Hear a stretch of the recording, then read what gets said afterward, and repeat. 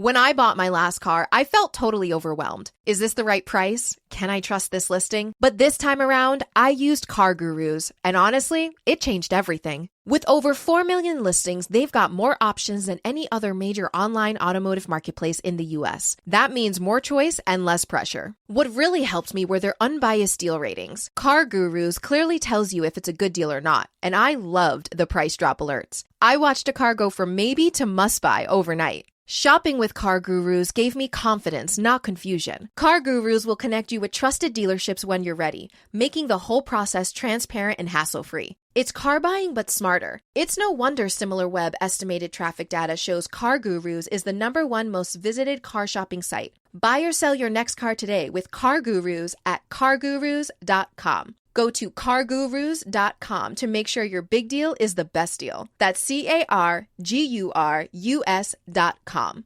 cargurus.com. If your dog could talk, they'd beg for Ollie. The full-body tail wag, the excited little hops, the big, goofy grin, that's the Ollie effect. Ollie delivers clean, fresh nutrition in 5 drool-worthy flavors, even for the pickiest eaters. Made in U.S. kitchens with high-quality, human-grade ingredients, Ollie's food contains no fillers, no preservatives, just real food. Just fill out Ollie's 30-second quiz and they'll create a customized meal plan based on your pup's weight, activity level, and other health info. Dogs deserve the best, and that means fresh, healthy food. Head to ollie.com/healthypup, tell them about your dog, and use code HEALTHYPUP to get 60% off your welcome kit when you subscribe today. Plus, they offer a happiness guarantee on the first box, so if you're not completely satisfied, you'll get your money back. That's OLLIE.com/healthypup and enter code HEALTHYPUP to get 60% off your first box. If you're a lineman in charge of keeping the lights on, Grainger understands that you go to great lengths and sometimes heights to ensure the power is always flowing, which is why you can count on Grainger for professional-grade products and next-day delivery, so you have everything you need to get the job done. Call 1-800-GRAINGER, click Grainger.com, or just stop by. Grainger, for the ones who get it done. Banking with Capital One helps you keep more money in your wallet with no fees or minimums on checking accounts and no overdraft fees. Just ask the Capital One bank guy. It's pretty much all he talks about, in a good way. He'd also tell you that this podcast is his favorite podcast, too. Ah, really? Thanks, Capital One bank guy. What's in your wallet? Terms apply. See CapitalOne.com/bank. Capital One N.A. member FDIC.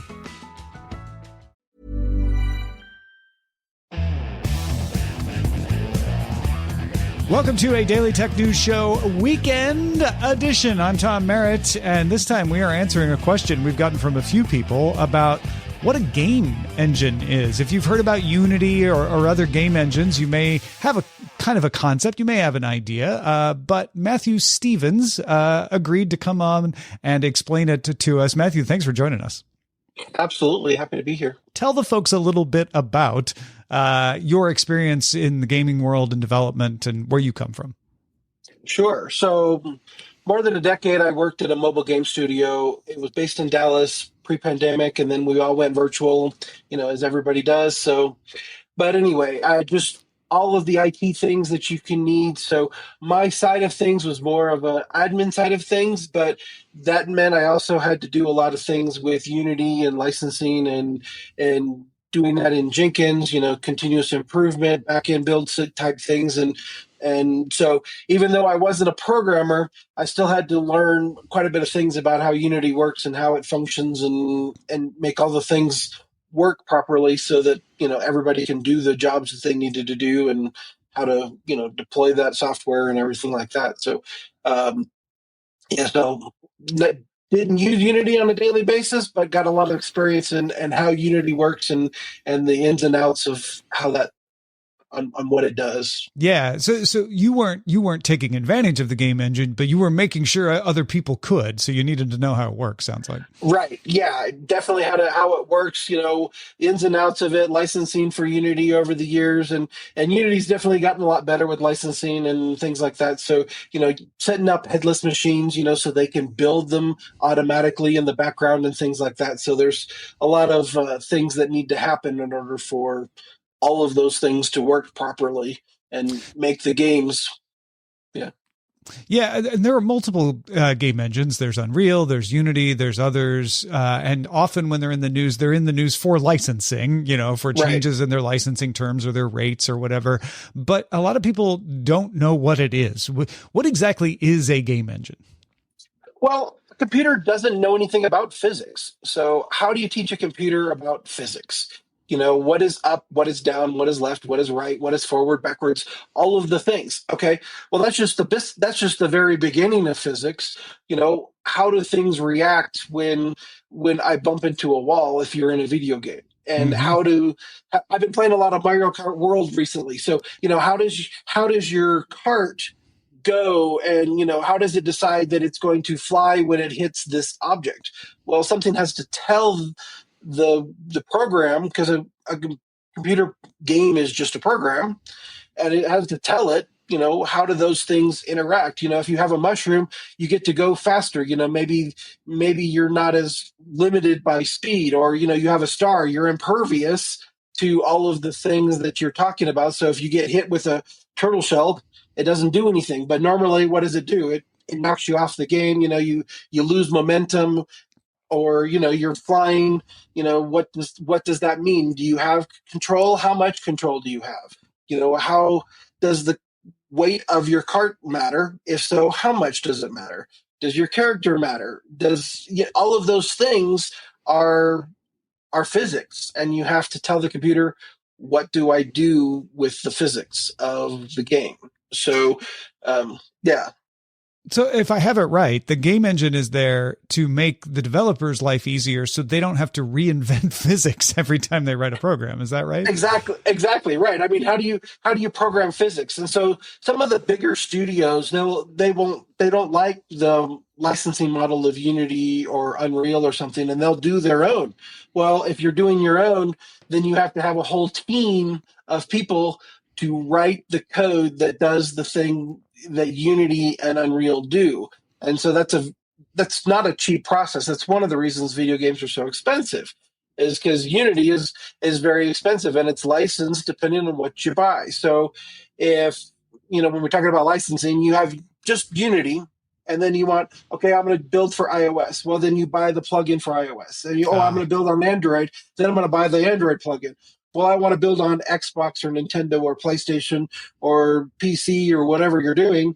And it's like, okay, well, I'm going to buy the plugins for those things. You don't have to buy all of them. And you just buying Unity doesn't mean you can develop for Xbox. There's an Xbox plugin that you buy. And then that kind of gives you some of the ability to program for those different platforms. It kind of gives you the ins and outs, brings in some of the APIs, the application programming layers that you want, the interfaces that you want to use in each of the different platforms, and gives the developers and artists, because there's a lot of art that goes into a video game. That's one of the reasons it's also very expensive. When you're looking at a video game that's brought up in Unity, you get to see behind the scenes. You get to see the things that are 2D and 3D, and a lot of the backgrounds are really just 2D, and you can kind of see where they are, and some of them kind of blend off into the edges, but you just don't get your view that you normally look when you're looking at on your iPhone or your Android device, your TV. It's a very different view, and you can see all the ways that it interacts, and there's just a lot of intricacies behind the scenes that you don't ever get to see in the video game when you're playing. Picture this. You're in the garage, hands covered in grease, just finished up tuning your engine with a part you found on eBay, and you realize, you know what? I could also use new brakes. So where do you go next? Back to eBay. You can find anything there. It's unreal. Wipers, headlights, even cold air intakes. It's all there. And you've got eBay Guaranteed Fit. You order a part, and if it doesn't fit, send it back. Simple as that. Look, DIY fixes can be major. Doesn't matter if it's just maintenance or a major mod. You got it, especially when things are guaranteed to fit. So when you dive into your next car project, start with eBay. All the parts you need at prices you'll love. Guaranteed to fit every time. eBay. Things people love. When I bought my last car, I felt totally overwhelmed. Is this the right price? Can I trust this listing? But this time around, I used Car Gurus, and honestly, it changed everything. With over 4 million listings, they've got more options than any other major online automotive marketplace in the US. That means more choice and less pressure. What really helped me were the unbiased deal ratings. Car Gurus clearly tells you if it's a good deal or not. And I loved the price drop alerts. I watched a car go from maybe to must buy overnight. Shopping with Car Gurus gave me confidence, not confusion. Car Gurus will connect you with trusted dealerships when you're ready, making the whole process transparent and hassle-free. It's car buying, but smarter. It's no wonder SimilarWeb estimated traffic data shows Car Gurus is the #1 most visited car shopping site. Buy or sell your next car today with Car Gurus at cargurus.com. Go to cargurus.com to make sure your big deal is the best deal. That's CARGURUS.com. cargurus.com. Every idea starts with a problem. Warby Parker's was simple. Glasses are too expensive. So they set out to change that. By designing glasses in-house and selling directly to customers, they're able to offer prescription eyewear that's expertly crafted and unexpectedly affordable. Warby Parker glasses are made from premium materials like impact-resistant polycarbonate and custom acetate. And they start at just $95, including prescription lenses. Get glasses made from the good stuff. Stop by a Warby Parker store near you. If your dog could talk, they'd beg for Ollie. The full-body tail wag, the excited little hops, the big, goofy grin, that's the Ollie effect. Ollie delivers clean, fresh nutrition in 5 drool-worthy flavors, even for the pickiest eaters. Made in U.S. kitchens with high-quality, human-grade ingredients, Ollie's food contains no fillers, no preservatives, just real food. Just fill out Ollie's 30-second quiz and they'll create a customized meal plan based on your pup's weight, activity level, and other health info. Dogs deserve the best, and that means fresh, healthy food. Head to ollie.com/healthypup, tell them about your dog, and use code HEALTHYPUP to get 60% off your welcome kit when you subscribe today. Plus, they offer a happiness guarantee on the first box, so if you're not completely satisfied, you'll get your money back. That's OLLIE.com/healthypup and enter code HEALTHYPUP to get 60% off your first box. Banking with Capital One helps you keep more money in your wallet with no fees or minimums on checking accounts and no overdraft fees. Just ask the Capital One bank guy. It's pretty much all he talks about, in a good way. He'd also tell you that this podcast is his favorite podcast, too. Ah, really? Thanks, Capital One bank guy. What's in your wallet? Terms apply. See CapitalOne.com/bank. Capital One N.A. member FDIC.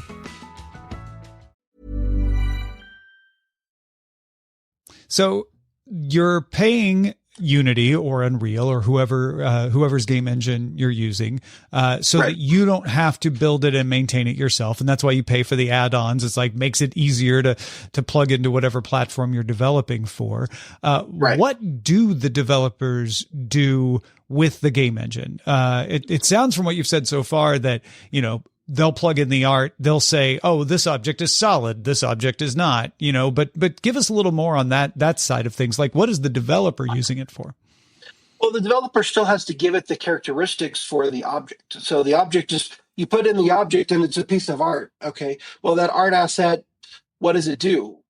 How does it interact with the thing? So there's still a lot of programming to that. Do we want it? How long is it going to last? Does it give us a characteristic for this, that, or the other thing, whatever your desire is, but all of that is very fluid. It's very dynamic, and it still requires a lot of programming because you still have programming behind the scenes. Like, okay, so you get the star, maybe you bought something and you bought an in-app purchase, and then it's like, okay, well then you've unlocked that thing. There's code that goes into that to say, I'm going to give you that thing.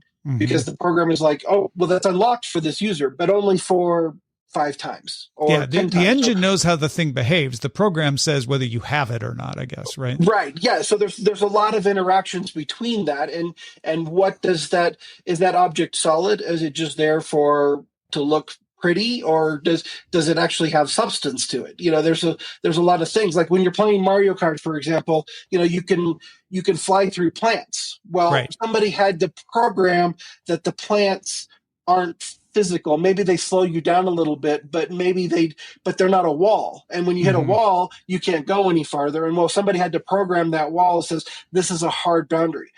But sometimes you have areas where you can go if you have a mushroom, so you can have the power up to go through that, or you can jump on the wall, or all of those interactions. Somebody has to program and decide what those things are going to do, and it's just very time consuming because you have to interact with each object that you're programming at each specific point. And so the game engine does a lot of the heavy lifting for you, so you don't have to reinvent the wheel every time you're trying to decide every scene that you're trying to do, and it becomes assets at that point, and then you can reuse some of those things sometimes, and sometimes you can't. You got to redevelop them a little bit or reconfigure them, so to speak. So, and the engine is like, I can tell you how a hard wall behaves, how an impenetrable wall behaves, or how something transparent behaves, but you have to tell the game engine which things are which as you're going around. That makes sense. Yeah, you have to totally define that. So you could have walls could be different things. Let's say you had the ability, maybe you got like some sort of special ability that walls weren't hard, they were rubber. And in that moment, like when you hit the wall, it's like, okay, if I have this thing, the wall isn't rubber, it just bounces you back. Somebody has to program that functionality. And how much does it bounce you back?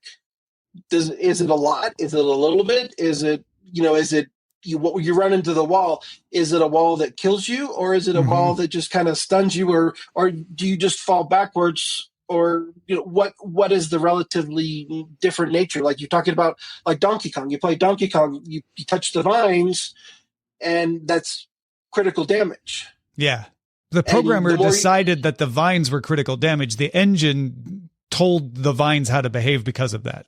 Right. Yeah. Okay. Basically. Right. And there's different kinds of vines. So you have some vines you can walk on. You have some vines that are critical damage, and some vines, it hurts you a little bit, but it doesn't kill you. How many times you hit that, and the programming is like, okay, well, we got to keep track of the life force that this character has, and how much damage does that vine give Donkey Kong each time you touch it. That has to be programmed into the game. And so there's a lot of intricacies that go into that. And so mobile gaming, it doesn't really matter if it's mobile gaming or Xbox or PlayStation or whatever. The fundamentals are basically the same. You're just talking about bigger and bigger projects. So if you're working with a AAA title, you may have thousands of artists because you're looking at that game and like everything you see, somebody had to draw and make look real, or however it looks, somebody had to develop that art.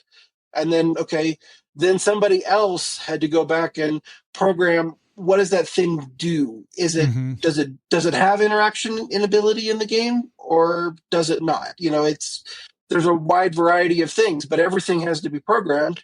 Some of it can be done in mass, some of it can be done more manually, and it just depends on how involved your game is and what you're going to do. Does it have touch points? Does it need to interact with a mouse? Does it interact with a game controller? How many buttons do you have? What do the buttons do in your game? All of that is programmed into the game engine. The game engine helps you do all of those things much quicker. Some of it's in UI, some of it's in programming language where you actually have to tell it, how it's going to behave and things like that. Or if you buy something, you find a chest, what does that give you? How do you program all of that and control all of those things that you got in your chest when you were discovering, lost treasure in your pirate game or whatever the case may be? Yeah, like the game engine is going to tell you how the chest swings open and all of that. You're going to decide what it looks like and what's in it and how it sounds. Right. And I mean, like the animation for that may be done in like Blender, or it may be done in Adobe Premiere or something like that. And then those art assets are imported into the game, and then it's like, well, how does that interact with the character when it opens? Yeah. Does it hit the character in the head because he's too close? And then you get some sort of effect when that happens. And when that effect happens, did the artist add, the stars above the head so they're doing all of the things. So every little detail has to be programmed, has to be there has to be art for that. There has to be something for that. And there's even plugins for Unity itself. Like, so you don't have to, if your character runs into the wall and you get like a sound or you get a special effect, there's a plugin for that just does, that gives you the sound in that moment. So you don't have to program that every single time, or it gives you like the shining sound or something, like whatever you get the star. They probably developed a plugin. So when you get the star, it changes the character to make it look like this, applies this effect to a character, rather than having to program that for each scene or in each way that it's doing that. So, yeah. So that really helps clear up like what an engine is, what it does, how the developers use it. What effect does it have on me as a game player, or does it? I hear sometimes people say they prefer games made on one engine or another. Does it really matter? I don't know that it does. Everybody has like their preferences, like their screen refresh rates, and do they have image tearing or things like that? It's, and people can get really particular about that. And I'm not one that has ever really cared too much about that kind of thing. But if you really care, if the details really matter, there can be some there. But I think that really comes down to how it's implemented. So if a game is done well, you probably don't even notice which game engine was used. And off the top of my head, I couldn't even tell you and you probably don't even know unless you see like the splash screen that says designed on Unity. And they did that so that they could get a discount on the licensing. So it wasn't, it wasn't that they needed to show that it was done on Unity. They just did that because the contract that they signed with Unity says if we do this, then we get a little bit of a discount on our licensing for our game engine or something like that. So, and there's a lot of variables that go into the licensing and negotiations for that. But basically, I don't really think it matters that much in the end. In the end, people will say that it will, but you and I both know that sometimes people just kind of get really hung up on those ideas. And in the end, I don't really think it matters that much. It's just brand loyalty at some point. Maybe, yeah. Because developers have to do so much that can affect the game. It makes sense to me that it would really be more on the development side and less on the engine side that's determining whether you enjoy a game or not. Probably so, yeah.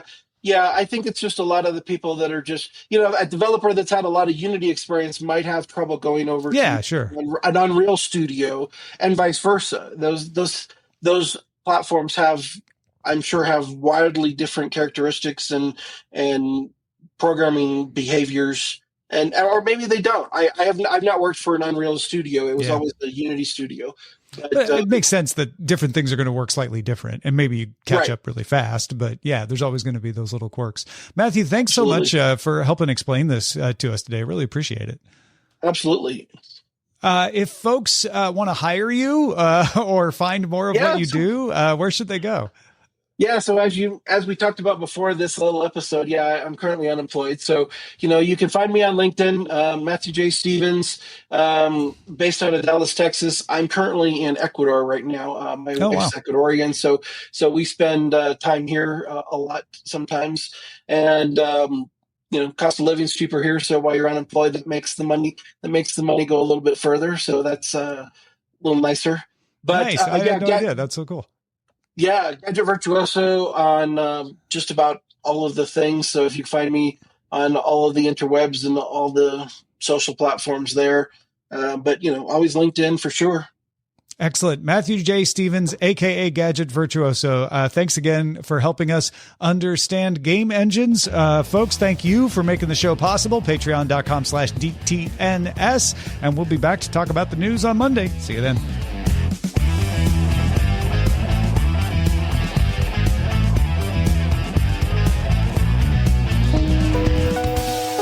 The DTNS family of podcasts, helping each other understand. Diamond Club hopes you have enjoyed this program. This episode is brought to you by Progressive Insurance. Do you ever think about switching insurance companies to see if you could save some cash? Progressive makes it easy to see if you could save when you bundle your home and auto policies. Try it at Progressive.com. Progressive Casualty Insurance Company and Affiliates. Potential savings will vary, not available in all states. Banking with Capital One helps you keep more money in your wallet with no fees or minimums on checking accounts and no overdraft fees. Just ask the Capital One bank guy. It's pretty much all he talks about, in a good way. He'd also tell you that this podcast is his favorite podcast, too. Aw, really? Thanks, Capital One bank guy. What's in your wallet? Terms apply. See CapitalOne.com/bank. Capital One N.A. member FDIC.